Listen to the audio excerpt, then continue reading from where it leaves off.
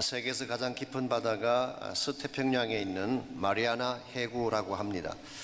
수심이 11,034m나 되는 약 11km가 되는 굉장히 깊은 바다입니다. 세계에서 제일 높다는 에베레스트 산을 거꾸로 세우고 우리나라에서 제일 높은 한라산을 얹은 것보다 그 깊이가 더 깊은 곳입니다. 이 깊은 바다의 수심을 어떻게 측량했을까요? 과거에는 바다의 깊이를 잴 때에 눈금이 있는 긴 줄에 무거운 추를 달아서 이것을 바다에 떨어뜨려서 깊이를 쟀습니다. 그러나 이것은 한계가 있죠. 조류에 흔들릴 수도 있고 장애물에 걸릴 수도 있기 때문에. 그래서 비교적 최근에는 음향 측심기라고 하는 것을 사용해서 측정합니다. 에코 사운드라고 하는 이 바닥에 초음파를 쏘아서 그것이 되돌아오는 시간으로 바다의 깊이를 측량하는 것입니다. 그러나 바다의 깊이를 잰다고 해서 그 속에 있는 모든 것을 다 안다는 뜻은 아닙니다. 그 깊은 바다 밑에 햇볕이 차단된 그 어두운 공간에 어떤 고기가 살고 있는지, 어떤 신기한 생물이 살고 있는지 우리가 그 모든 것을 다 아는 것은 아닌 것입니다. 정말 심청이가 다녀온 영궁이라도 있는 것인지 who knows, 물론 없겠지만 말이죠. 이와 같이 아무리 과학이 발달하고 기술이 발달한다고 할지라도 아직 우리가 다 풀지 못한 신비의 세계가 있는 것입니다. 오늘 우리가 무엇을 안다 그렇게 말을 하지만 인간이 아는 것은 지극히 제한적입니다. 지엽적인 것이며 얕은 수준에서 머무는 것입니다. 비근한 예로 우리 가까이 살고 있는 사람들의 마음 다 알 수 있을까요? 저는 모른다고 생각합니다. 특별히 여자분들의 마음 절대로 다 알 수 없습니다. 신부가 너무 많습니다. 때에 따라서는 의도적으로 신비를 유지하려고 하는 분들도 계세요. 그래야 존재 가치가 높아지니까. 그래서 일반적으로 결혼 전에는 자신을 잘 드러내지 않죠. 차를 마셔도 한 모금씩 골짝골짝 다소곳이 마시고 개미 한 마리만 지나가도 깜짝깜짝 놀랍니다. 이게 다 신비를 유지하기 위한 비결이라고 하죠. 그러나 결혼해서 몇 년만 지나보십시오. 지나가는 바퀴벌레 손으로 때려잡고 커피는 대접에 담아서 벌컥벌컥 마시는, 더 이상 신비를 유지할 필요가 없기 때문입니다. 그럼에도 불구하고 저는 아직도 여자의 마음은 다 모르겠어요. 너무 깊고 오묘해서. 제가 38년간의 결혼 생활에서 터득한 지혜가 하나 있다면, 와이프가 그렇다면 그런 줄 알고 살아야지 그게 토를 한다든가 너무 많이 하려고 하면 다치게 되는 것입니다. 이와 같이 인간의 마음 참 측량하기가 쉽지 아니한데, 사람들의 좁은 마음도 다 알지를 못하는데 하물며 우리가 하나님의 마음을 다 알 수 있겠어요? 우주보다도 넓고 하늘보다 높은 하나님의 마음을 어떻게 다 측량할 수가 있겠습니까? 그분 속에 담겨져 있는 계획, 그분이 안고 있는 능력의 높이, 차원, 그분이 가지고 계시는 지혜와 지식을 어떻게 다 우리가 이해할 수가 있겠어요? 그러므로 우리 인간이 가진 논리나 지성으로 하나님께 어프로치 하는 것은 처음부터 잘못된 것입니다. 하나님에 관한 것은 믿음으로 액셉트하고 순종하는 것이 바른 자세인 줄 믿습니다. 하나님이 옳다고 하면 옳은 것입니다. 하나님이 가라고 하면 가는 것입니다. 이것이 성경이 말씀하고 있는 신앙세계의 본질입니다. 놀라운 사실은 실제로 이와 같이 하나님께 순종을 하고 나면 반드시 그것이 최상이었다는 것을 알게 됩니다. 왜냐하면 하나님 마음속에 품고 계신 계획은 우리를 저주하기 위한 계획이 아니라 우리를 사랑하고 축복하기 위한 계획이기 때문에, 마치 부모의 가슴 속에는 오직 자식 잘 되는 것만 들어있는 것처럼 하나님의 가슴 속에도 여러분을 향한 사랑과 축복의 계획밖에 없어요.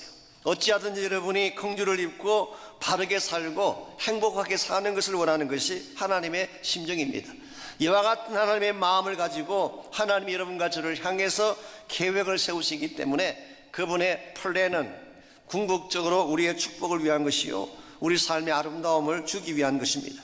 우리가 이 사실을 바로 알고 하나님께서 마음속에 품고 계시는 계획을 잘 이해해서 그 하나님의 부르심 앞에 순종할 때에 우리 삶이 극대화되어지고 아름다워지는 것입니다. 오늘 같이 봉독한 본문에 보시면은 사도 바울은 하나님 비밀이 얼마나 소중한 것인가를 오늘 주신 이 본문을 통해서 여러분과 저에게 소개해 주고 있습니다. 우리가 그동안 로마서를 같이 묵상해 왔습니다마는 로마서는 크게 3등분할 수가 있죠. 1장부터 8장까지는 교리편이라고 할 수 있습니다. 닥트린을 다루고 있는 내용입니다. 그리고 9장에서 11장까지는 하나님의 구속사 속에서 이스라엘의 위치를 조명한 것이기 때문에 우리가 흔히 역사편이라고 부릅니다. 그리고 12장부터 16장까지가 실천편이죠. 지금까지 배우게 된 진리를 통해서 어떻게 살 것인가를 다뤄주고 있습니다. 사도 바울은 그동안 9장에서 11장까지 말씀을 통해서 하나님의 구속 역사 속에서 이스라엘이 어떤 의미를 갖고 있나 이 사실을 소개한 후에 드디어 오늘 본문에서 그 결론을 내리고 있습니다. 25절 말씀 제가 먼저 읽습니다. 형제들아, 너희가 스스로 지혜 있다 하면서 이 신비를 너희가 모르기를 내가 원하지 아니하노니 이 신비는 이방인의 충만한 수가 들어오기까지 이스라엘에 들어는 우둔하게 된 것이라. 여기에 신비라고 하는 단어가 나옵니다. 옛날 번역 성경에는 비밀이라고 번역을 했어요. 헬라말 원문을 보게 되면 무스테리온이라고 하는 단어입니다. 이 무스테리온이라는 단어에서 나온 영어가 미스테리, 그래서 신비라고 번역할 수도 있고 비밀이라고 번역해도 상관이 없습니다. 감추어진 것을 말합니다. 아직 밝혀지지 아니한 것, 더 정확하게 말씀드리면 과거에는 감추어 두셨던 것인데 이제 하나님께서 뚜껑을 열어서 보여주시는 것을 오늘 성경은 비밀이라고 표현했습니다. 그렇다면 이 비밀의 내용은 무엇일까요? 그 신비의 내용, 비밀의 내용은 이방인의 충만한 숫자가 들어오기까지 이스라엘에 들어는 우둔하게 된 것이라고 설명하고 있습니다. 이방인에게 복음이 전파되어서 구원받아야 될 이방인의 숫자가 다 채워질 때까지, 이게 소위 말하는 선교의 기간을 말하는 것입니다. 지난번에 소개해드린 것처럼 1세기 유대인들이 예수님을 리젝트했습니다. 그리고 그 이후로 복음은 이방인에게로 건너가게 되고 소위 말하는 열방 선교의 시대가 시작이 됐죠. 그래서 1세기에 시작되었던 이방 열방을 향한 선교의 시대가 언젠가는 완료될 때가 있다는 것입니다. 그래서 이방인의 수가 다 찰 때까지, 이방 선교가 다 완성돼서 이방인의 숫자가 다 찰 때까지, 그때까지는 이스라엘 가운데 드러난 마음이 우둔해지게 된다. 우둔하라는 이 말은 완악해진다, 강팍해진다 그런 뜻입니다. 저 그리스도를 받아들이지 않고 하나님을 거부한다 그런 뜻입니다. 그래서 하나님께서 그들을 버리신 것이죠. 오늘 본문을 자세히 들여다보게 되면 분명히 하나님께서 이스라엘을 버리시긴 했지만 그 하나님의 버리심이 일시적이라는 사실을 알 수 있어요. 템포럴한 것입니다. 정해진 기간까지만 버리신 것입니다. 두 번째는 partial한 것입니다. 부분적입니다. 들어는 이라고 했어요. 전체가 아니라 이스라엘 가운데 들어는 하나님을 거부할 것이라 말씀했어요. 이와 같이 일시적으로 버림받았던 이스라엘, 그리고 부분적으로 하나님 앞에 거절당했던 이스라엘이 때가 되면 이와 같이 거절당하고 이와 같이 버림받았던 유대인들마저도 하나님께로 돌아와서 26절 보겠습니다. 그리하여 온 이스라엘이 구원을 받게 되리라. 여기 하나님의 계획이 있고 하나님의 비밀의 내용이 담겨져 있습니다. 26절에서 말하는 온 이스라엘에 대한 해석은 사실 좀 다양하긴 합니다. 이것이 유대인을 말하는 것이냐, 구원받은 유대인을 말하는 것이냐, 아니면 영적 이스라엘을 말하는 것이냐, 다양한 해석이 역사적으로 일어났습니다만은, 그러나 쉽게 표현하면 하나님이 계획하신 구원받아야 될 모든 자들을 총칭한다고 보면 될 것입니다. 마태복음 24장 14절에도 보게 되면 예수님께서 유사한 말씀을 하셨어요. 천국 복음이 온 세상에 전파되리니 그제서야 끝이 오리라 말씀하셨어요. 복음을 들어야 될 모든 사람들이 복음을 듣고 그들 가운데 복음이 다 전파된 후에 그때 하나님께서 온 이스라엘을 다시 모으셔서 하나님 나라 백성을 삼게 되고, 그리고 예수님께서 오셔서 영원한 나라를 세워가시는 것, 이게 하나님께서 마음에 품고 계셨던 비밀이고, 이것이 하나님이 성취하기를 원하는 킹덤 플랜, 하나님 나라의 계획이라고 할 수가 있습니다. 오늘 하나님은 이와 같은 위대한 계획을 세우시고 여러분과 저를 초청하고 계십니다. 우리의 삶의 의미를 찾으려면 이 하나님의 비전 플랜에 참여를 해야 됩니다. 저희 교회가 가치 있는 교회가 되고 하나님이 기뻐하실 교회다운 교회가 되려면 하나님의 킹덤 플랜에 참여하는 교회가 되어야 합니다. 그래야지 우리의 삶의 열매도 아름다워지게 되고 교회가 맺게 되는 열매도 하나님께 쓰임이 되게 되는 것입니다. 그렇다면 하나님은 과연 무엇을 통해서 이 하나님의 나라 비전을 이루어 가실까요? 우리 개인에게 좀 적용시켜 질문해 보자면 우리가 어떻게 할 때 하나님의 이 비전 플랜에 참여하며 살아갈 수가 있을까요? 세 가지 과정을 통해서 하나님께서는 하나님 나라 비전을 이루어 가십니다. 첫 번째가 언약의 성취를 통해서 하나님께서 약속하신 언약이 있는데 그 언약의 완성을 통해서 하나님은 하나님 나라 비전을 이루어 가십니다. 그러므로 여러분과 제가 하나님 비전에 참여하려면 우리에게도 이 언약 체험이 있어야 되는 것입니다. 26절 하반부와 27절을 계속 보겠습니다. 26절 구원자가 시온에서 오사 야곱에게서 경건하지 않은 것들을 돌이키시겠고 그랬어요. 여기 말하는 구원자가 누구일까요? 물론 예수님을 지칭하는 것입니다. 그런데 예수님을 지칭하되 예수님의 어떤 모습을 지칭하는 단어일까요?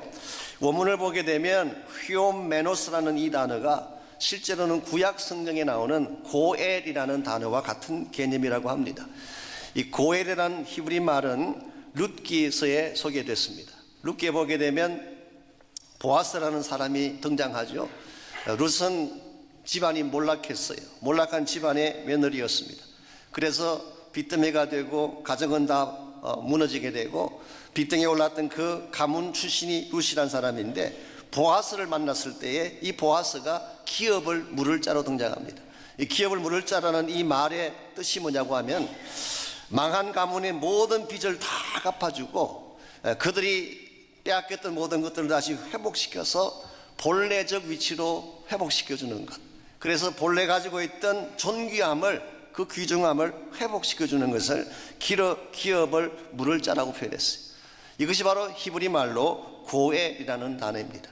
자, 오늘 본문에 소개된 구원자가 바로 구약에 나오는 고엘과 같은 분이에요. 즉 예수님께서는 여러분과 저의 죄값을 대신 다 지불해 주셨어요. 우리는 솔직히 몰락한 가문 출신 아닙니까? 마귀를 따라다녔고 멸망받을 수밖에 없는 망해가던 집안의 자녀들이었는데 예수님께서 우리가 지었던 모든 죄값을 다 지불해 주시고 내가 잃어버렸던 생명을 회복하시고 나의 신분도 회복해 주시고 나의 삶의 존귀함, 디그니티도 다 회복시켜 주셔서 우리로 하여금 참으로 건강하게 바르게 사는 자로 만들어 주시는 사역. 이게 소위 말하는 구원자, 리디머가 하시는 사역인 것입니다. 예수님께서 이와 같이 리디머로 구속자로 고엘로 오셨기 때문에 이분이 하시는 일이 27절에 나와 있습니다. 내가 그들의 죄를 없이 할 때에 그들에게 이루어질 내 언약이 이것이다. 어떻게 우리의 죄를 다 없이 하나요? 우리 죄가 어떻게 없어지나요? 사실은 죄를 지었는데 죄가 없어진 것이 아니라 예수님이 죄값을 대신 담당해 주신 거예요. 그래서 그분이 내가 지불할 모든 대가를 페이오프 주셨기 때문에 우리 죄가 다 take away 된 것입니다. 죄가 없게 된 것입니다. 그 결과 무엇이 성취되었다고 했습니까? 내 언약이 성취되었다. 여기서 말하는 내 언약이라는 이 단어는 사실은 예레미야 31장 31절에 나오는 새 언약이라는 컨셉을 가져온 거예요. 이 본문 자체는 이사야 27장을 인용했지만 많은 성경학자들은 이 인용구 속에 예레미야 31장 31절이 포함되어 있다고 보고 있습니다. 예레미야서에 보게 되면 하나님이 이스라엘 백성에게 새 언약을 주시겠다고 약속하셨어요. 이 새 언약은 모세가 받았던 돌판에 새겨진 언약과는 구별되는 것입니다. 이 돌판에 새겨졌던 율법이라는 언약은 이스라엘 백성의 불순종으로 파괴되고 깨어지고 말았는데 하나님께서는 이스라엘 백성이 파기시켰던 그 언약 대신에 예수 그리스도의 피로 말미암아 우리를 구원하실 뉴 카비넌트, 새 언약을 주신 것이고 바로 이 새 언약이 예수님께서 오심으로 성취되었다 그런 것입니다. 오늘 여러분과 제가 하나님 나라에 참여하려면 1차적으로 이 언약에 동참해야 돼요. 예수의 흘린 피가 우리 심령 속에 뿌려져야 되는 것입니다. 우리가 다른 아무리 많은 것들을 가지고 아무리 많은 일들을 해도 내 마음 중심에 언약의 피가 뿌려지지 아니하면 하나님과 여러분은 아무 상관이 없습니다. 하나님의 나라와 우리하고도 아무 상관이 없습니다. 우리가 예수를 나의 구원자로 영접하고 그분을 나의 심령 속에 받아들임으로 말미암아 주님의 흘린 보배로운 피가 내 심령에 뿌림 바 되고 그 결과 죄 씻음 받고 새롭게 되는 순간 우리는 킹덤 비전의 동참자가 될 수가 있고 하나님 나라 백성으로 살 수 있게 되는 것입니다. 그러므로 혹시나 여러분 가운데 아직도 그리스도 안으로 들어오지 못한 분이 있다면, 이 언약의 피를 체험치 못한 분이 있다면 마음의 문을 열고 주님을 받아들이는 축복이 있기를 바랍니다.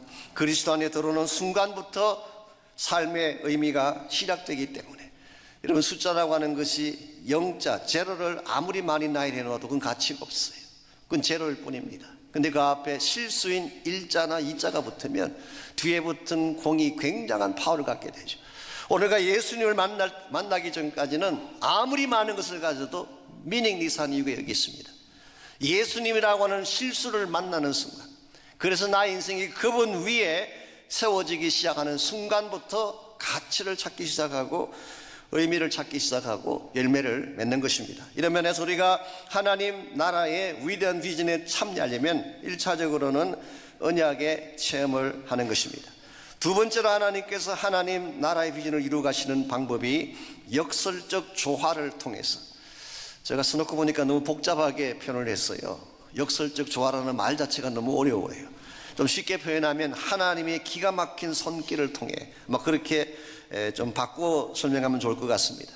하나님은 서로 상반되는 듯한 케이스를 통해서 하나님이 계획하신 기막힌 플랜들을 이루어 가십니다. 오늘 본문에 그 좋은 예가 나와 있어요. 28절에서 30절까지를 보면은 유대인의 케이스가 하나 나와 있고 이방인의 케이스가 나와 있어요. 결론부터 말씀드리면 유대인도 실패했고 이방인도 실패했어요. 우리라고 해서 성공한 거 아닙니다.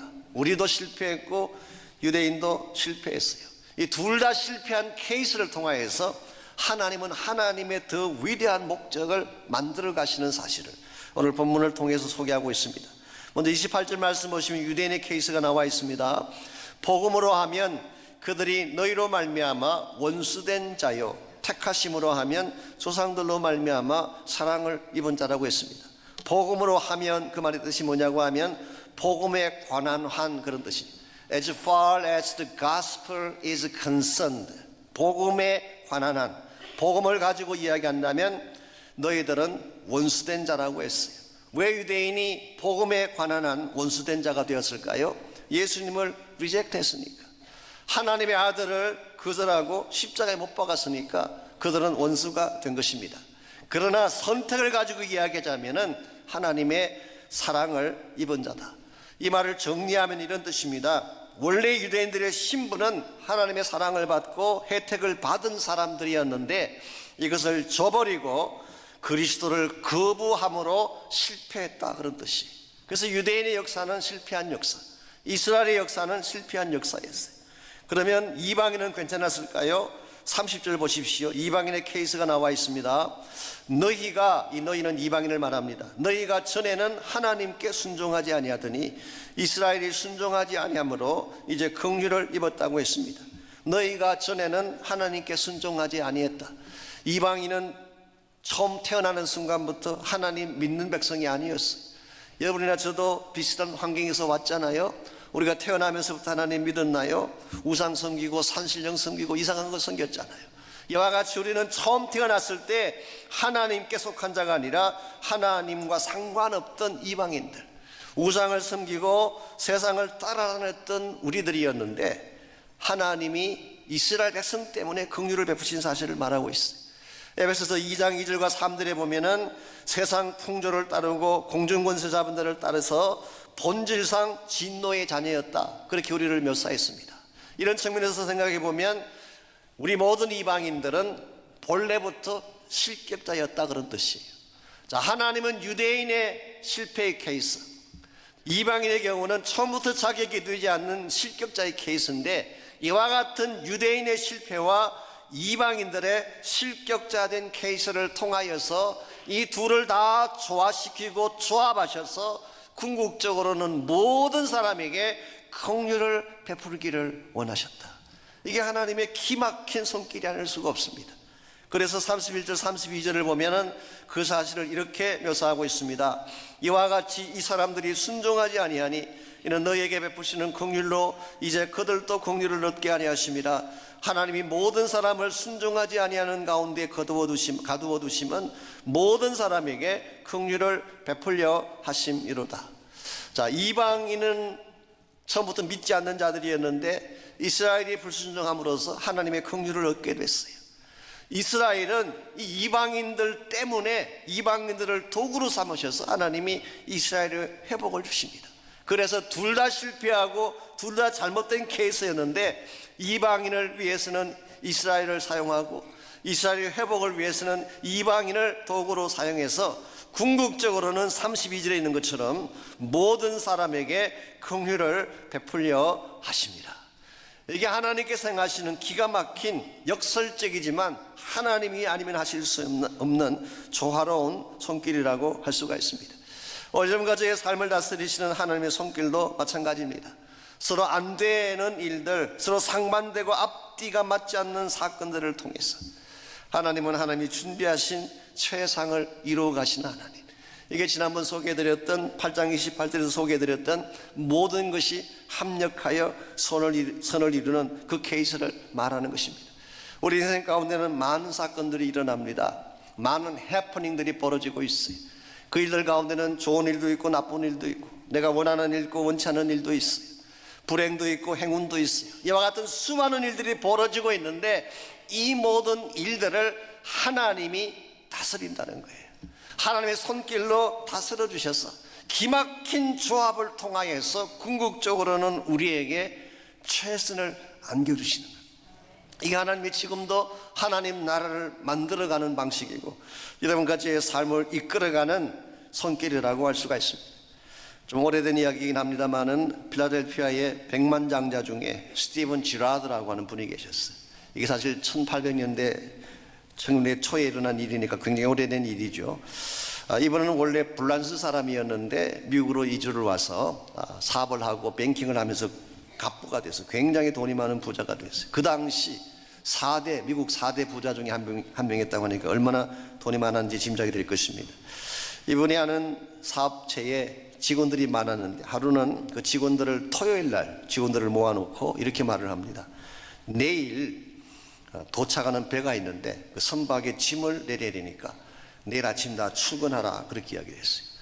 그랬더니 듣고 있던 직원 중에 청년한 사람이 손을 들었어요. 저는 내일 올 수가 없습니다. 왜 올 수 없냐 그랬더니 내일은 주일이기 때문에 일을 할 수가 없습니다. 그 말을 듣자마자 스티븐 지라드가 오케이 그러면 당신 일 그만둘 수밖에 없다. 이분이 넌 크리스찬이었어요. 예수 안 믿는 사람이었어요. 그랬더니 청년이 오케이 각오하고 있습니다. 비록 늙으신 어머니를 봉양해야 되기 때문에 저의 행편이 참 좋진 않지만 만약 그것 때문에 저를 그만두게 한다면 할 수 없지요. 격리실에 가서 그동안 일했던 급료 계산받고 파해당했어요. 그러고 나서 3주 동안을 직장을 구하려고 다니는데 발이 아프도록 시내를 돌아다녔는데 직장을 찾지 못했어요. 그때 한번 지나갔으면 좋았을 걸 괜히 주일 성수한다고 말하는 바람에 3주간 동안 고생했는데도 직장을 얻지 못하고 잡을 잃은 자가 된 것입니다. 근데 참 신기한 일은요, 그 지라드 씨에게 필라델피아 같은 도시에 은행을 하시는 총재 한 분이 전화를 했어요. 본인이 다른 지역에 뱅크 하나를 열어야 되는데 믿을 만한 좋은 사람이 있으면 좀 소개해 주십시오. 그랬더니 그 스티븐 지라드가 뜻밖에도 본인이 해고한 청년을 추천해 주었어요. 그래서 그 은행 총재가 아니 당신이 해고한 사람을 나에게 추천하면 어떡하느냐고 그랬더니 설명이 다음과 같습니다. 물론 내가 해고한 건 맞다. 이 청년이 일요일에는 일을 할 수 없다고 하기 때문에 해고했지만 그러나 한 가지 내가 확인한 것이 있다. 이 청년은 돈을 따라다니는 사람이 아니다. 이 청년은 신앙과 신념을 따라 사는 사람이지 돈을 따라 사는 사람이 아니다. 돈을 따라다니는 사람은 이익관계에 따라서 헤어지기도 하고 떠나기도 하고 얼마든지 변질될 수가 있지만 신앙과 신념을 가진 사람은 믿을 수 있는 사람 아니냐. 그러므로 이런 사람을 당신이 새로 여는 은행에 직을 맡긴다면 은행 일을 잘할 거야. 그래서 해고당한 사장의 추천으로 은행에 취직을 한 이 사람이 지금 선박 짐이나 내리고 노역이나 해야 될 그 위치에 있던 사람이 뱅크에 들어가서 일을 하게 되고 훨씬 더 좋은 축복을 누리게 됐다고 하는 실화가 남아 있습니다. 여러분, 저는 이것이 하나님이 이루어 가시는 하나님의 손길이라고 생각합니다. 우리 인생은 내가 보는 것 외에는 보지 못해요. 내가 아는 것 외에는 알 수가 없는 것입니다. 그래서 우리는 바로 눈앞에 있는 것만 보고 계산만 할 뿐이지 넓은 세상을 보지 못하는 것입니다. 그런데 하나님은 내가 보지 못하는 세상을 보세요. 내가 알지 못하는 커넥션을 다 알고 계세요. 나는 한 부분만, 지엽적인 것만 알고 있지만 하나님은 내 인생의 전체를 다 알기 때문에 어디에서 어떻게 누구와 조합을 이루면 베스트인가를 아시기 때문에 그 모든 길들을 다스려 주시는 거예요. 여러분, 이와 같은 사실을 경험할 때에 킹덤 시티즌으로, 천국 백성으로 바르게 살아갈 수가 있습니다. 해퍼닝을 따라가지 마십시오. 좋은 일, 나쁜 일, 사건을 따라다니지 마십시오. 하나님을 따라다니시기 바랍니다. 나의 모든 삶을 주관하시고 다스리시는 하나님을 신뢰하고 그분을 따라다니게 되면 언제나 그분이 나에게 안겨주시는 것이 최선이기 때문에, 이와 같이 하나님은 하나님 나라의 비전을 이루어 가실 때에 언약의 완성을 통해서, 즉 예수 그리스도의 보혈의 피를 통하여, 이게 바로 십자가를 통하여라고 말할 수도 있습니다. 이걸 통해서 하나님은 천국의 일을 시작하세요. 뿐만 아니라 하나님의 기가 막힌 손길을 통하여 하나님의 나라를 만들어 가십니다. 마지막 세 번째로 하나님이 하시는 일이 주권적인 사랑을 통해서 하나님 나라를 만들어가는 것입니다. 주권적인 사랑, 이건 좀 다르게 표현하면 절대적 사랑이라고 말할 수 있습니다. 하나님 여러분과 저를 사랑하시는데 그 사랑은 절대적인, 그 무엇으로도 바꿀 수 없는 그 사랑이 하나님께서 여러분과 저를 향해 준비하신 사랑입니다. 33절을 보겠습니다.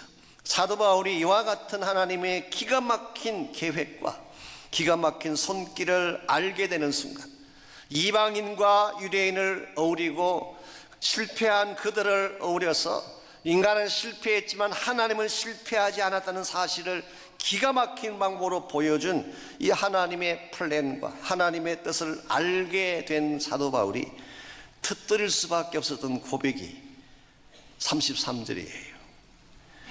깊도다 하나님의 지혜와 지식의 풍성함이요, 그의 판단은 헤아리지 못할 것이며 그의 길은 찾지 못할 것이로다. 얼마나 하나님의 지혜가 깊은지, 어떤 영어 번역은 Oh how deep are the riches and wisdom and knowledge of God. 하나님의 지혜와 지식과 부요함이 얼마나 깊은지, 그의 판단은 unsearchable, 헤아릴 수가 없고, 그분이 선택하시는 길은 fathomless, 찾을 수가 없다. 우리가 헤아리고 가늠할 수가 없다. 이것이 하나님께서 가지고 계시는 넘치는 지혜, 넘치는 축복의 판단, 넘치는 길이라고 할 수가 있습니다. 사실 하나님께서 준비하시는 그 모든 하나님의 계획을 우리가 어찌 다 이해할 수가 있겠어요? 하나님께서 마음에 품고 계시는 마음의 뜻들을 우리가 다 어떻게 알 수가 있겠어요? 하나님의 그 깊은 마음, 그 깊은 뜻을 다 이해할 수는 없지만 그럼에도 불구하고 한 가지 우리가 확정할 수 있는 것이 있습니다. 이 하나님의 깊은 마음 한가운데는 하나님의 그 모든 마음의 가슴을 열고 들어가서 끝까지 들어가 보면 그 하나님 가슴의 가장 깊은 곳에는 여러분의 이름이 새겨져 있다는 사실이에요. 하나님은 여러분을 사랑하기 때문에 세상에 있는 누구보다도, 우주에 있는 누구보다도 여러분을 가장 사랑하시기 때문에 하나님 가슴의 가장 깊은 곳에는 여러분의 이름이 있어요. 여러분을 향한 하나님의 사랑의 계획이 있는 것입니다. 그래서 하나님은 자신의 모든 것을 아낌없이 주셨어요. 독생자 예수 그리스도를 여러분과 저를 위해 주셨어요. 여러분, 이게 평범한 사건입니까? 우리가 좀 잘나고 착하고 도덕성을 갖추고 이런 자들이라면 maybe 모르겠는데, 정말 누추하고 더럽고 죄인된 우리를, 자기에게 전혀 되지 않는 우리를 위해서 하나밖에 없는 독자를 희생제물로 기꺼이 주신 하나님의 사랑, 납득할 수 없고 이해할 수가 없지만 하나님은 그 절대적 사랑을 가지고 오늘도 여러분과 저를 향해 다가오고 계십니다. 이와 같은 하나님의 사랑을 알게 된 자가 반드시 올려드릴 수밖에 없는 찬양이 우리 34절에서 36절에 기록된 내용입니다. 이게 소위 말하는 닥살러지, 영광송이에요. 성령이라는 것입니다. 로마서에는 이 닥살러지가 두 군데 나옵니다. 오늘 본문에 한번 나오고 우리 16장 마지막 끝나는 부분이 나옵니다. maybe 사도 바울은 지금까지 우리를 구원하기 위한 하나님의 은혜를 총정리하고 구속 역사를 통해서 이방인과 유대인을 다 어우러서 그 모든 자들을 다 구속해서 긍휼을 베푸실 하나님이라는 사실을 그가 목격한 후에 하나님께 올려드릴 수밖에 없는 찬양송, 그게 바로 닥살러지예요. 34절, 누가 주의 마음을 알았느냐, 누가 그의 모사가 되었느냐, 누가 주께 먼저 드려서 갚으심을 받겠느냐. 이게 누가 세 번 나옵니다. 하나님의 마음을 우리가 다 알 수 있겠어요? 하나님의 모사, 감히 하나님께 충고할 사람이 있겠어요? 누가 주께 먼저 드려서 갚으심을 받겠느냐. 우리가 얼마나 많은 것을 드려서 하나님께 다 드릴 만큼 드려서 하나님이 되갚으실 만큼 그렇게 많은 것을 드릴 자가 있겠어요? 없다는 뜻입니다. 36절, 이는 만물이 주에게서 나오고 주로 말미암고 주에게로 돌아갑니다. 그에게 영광이 세세에 있을지어다. 아멘. 누가라고 질문한 바울이 주께서라고 답변을 적고 있습니다. 그래서 The Message Bible은 오늘 본문을 그렇게 번역했어요. Everything comes from Him. 모든 것은 그분으로부터 나오고 Everything happens through Him. 모든 것은 그분을 통해서 일어나고 Everything ends up in Him. 모든 것은 그분 안에서 마무리가 되어진다. 여러분, 모든 자원, 모든 축복의 근원은 하나님이신 줄 믿습니다. 우리 인생에 일어나는 모든 일들을 다스리는 분, 그것이 좋은 일이든 나쁜 일이든 그것은 하나님이에요. 그리고 결국 모든 것은 그분에게로 돌아갑니다.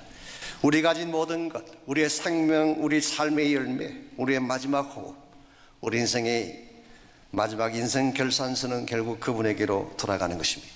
그래서 내린 결론이 Always glory, always praise. Yes, yes, yes. The Message Bible이 그렇게 번역을 했어요. 항상 그분께 영광, 항상 그분께 찬양, 그리고 yes, yes, yes. 이 하나님의 절대 주권적인 사랑 앞에 여러분이 yes, yes, yes 하며 살아갈 때에 여러분의 삶도 극대화되어지고 하나님께도 영광이 올려지게 되는 것입니다. 미국의 대표적인 코미디언 중에 밥 호프라는 분이 계셨습니다. 돌아가셨지만 이분이 자주 사용했던 만담 중에 노아의 이야기라는 만담이 있어요. 노아가 방주를 만들면서 계속 쭝얼쭝얼댑니다. 날은 덥고 힘드는데 하늘을 보니까 비올 기미는 전혀 보이지 않는데 그런데도 이 방주를 만들어야 하나, 그 생각하니까 불평이 나올 수밖에 없죠. 그래서 하나님께 물었습니다. 하나님, 이 배 만드는 거 진짜 필요한 겁니까? 저도 바쁜 사람입니다. 이거 말고도 할 일이 많은데 꼭 이런 일에 시간을 투자해야 됩니까? 그때 하나님이 답을 하셨어. 오케이, 그럼 내가 한 가지만 묻겠다. 너는 홍수가 났을 때 물 위로 몇 발자국이나 걸어갈 수가 있냐? 그냥 한 발자국도 걸을 수 없죠. 그럼 군만 말고 방주나 만들어, 그랬다고 하는 그런 만담이 있습니다. 하나님이 여러분과 저에게 방주를 만들려고 할 때는 이유가 있어요. 우리는 알지 못하지만 언젠가는 홍수가 찾아오고 인생의 어두운 날이 올 것을 아시기 때문에, 그러므로 하나님이 나에게 무엇을 말씀하실 때는 힘들어도 이해가 되지 않아도 순종해야 됩니다. 기도하라면 기도해야 되는 것입니다. 헌신하라면 헌신해야 되는 것입니다. 하나님이 나를 부르시면 내가 원치 않아도 나를 하나님께 드릴 수 있을 때에 그때 하나님이 우리를 통해서 일하기 시작하고 하나님의 나라를 세워주시는 것입니다. 하나님은 여러분과 저를 사랑하시기 때문에 여러분과 저에게 최상을 주시기 위해서 지금도 계획을 준비하시고 여러분들을 부르고 계십니다. 그 주님의 절대적인 사랑 앞에, 청량할 수 없는 그 하나님의 은혜 앞에 여러분 믿음을 가지고 나가게 되면 그때 비로소 내가 누구인지를 깨닫게 되고 하나님의 은혜가 무엇인지도 알게 되고 내가 살아가야 될 이유와 방향도 알게 되는 것입니다. 오늘 아침 여러분과 제가 오늘 주신 이 말씀 붙잡고 정말 나를 향하신 하나님의 그 청량할 수 없는 사랑, 헤아릴 수 없는 그 하나님의 은혜, 내가 아무리 이해하려고 해도 이해할 수 없는 하나님의 사랑의 비밀, 이것이 바로 나를 향한 것이었다는 사실을 기억을 하고 주님 앞에 나의 마음을 드리고 나의 심령을 드리며 헌신하며 기도하는 시간이 있기를 바랍니다. 오늘도 하나님은 여러분 한 분 한 분에게 축복하기 위해 다가오고 계십니다. 여러분 인생을 가장 아름답게 빚어내시기 위해서 오늘도 여러분을 만지고 계시고 다스리고 계십니다. 그 하나님 앞에 여러분께서 믿음으로 헌신하고 주님의 은혜 앞에 감격적인 고백을 올려드릴 때 우리의 인생은 더 아름다워지고 존귀하게 되고 주의 영광 앞에 바르게 서게 될 것입니다.